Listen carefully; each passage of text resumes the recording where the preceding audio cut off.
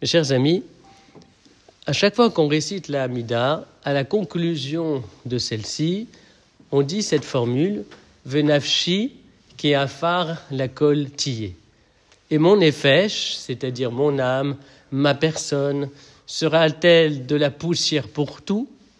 Vous avez donc ici un engagement de l'expression d'une humilité à venir.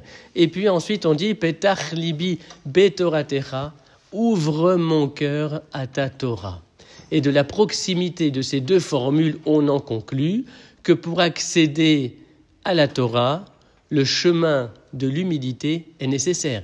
D'ailleurs, l'homme qui nous a donné la Torah et qui s'appelle Moshe, nous dit la Torah précisément, était l'homme le plus humble que la terre ait porté.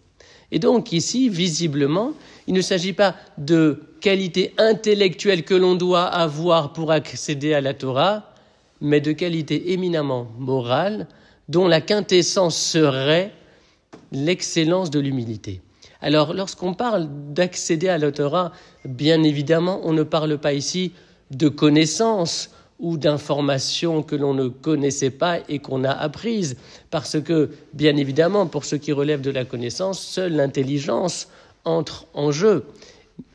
Ici, il est question d'autre chose. Il est question d'une connaissance spirituelle qui va changer la personne. Elle, sa croyance, sa vision du monde, même son tempérament et jusqu'à son caractère.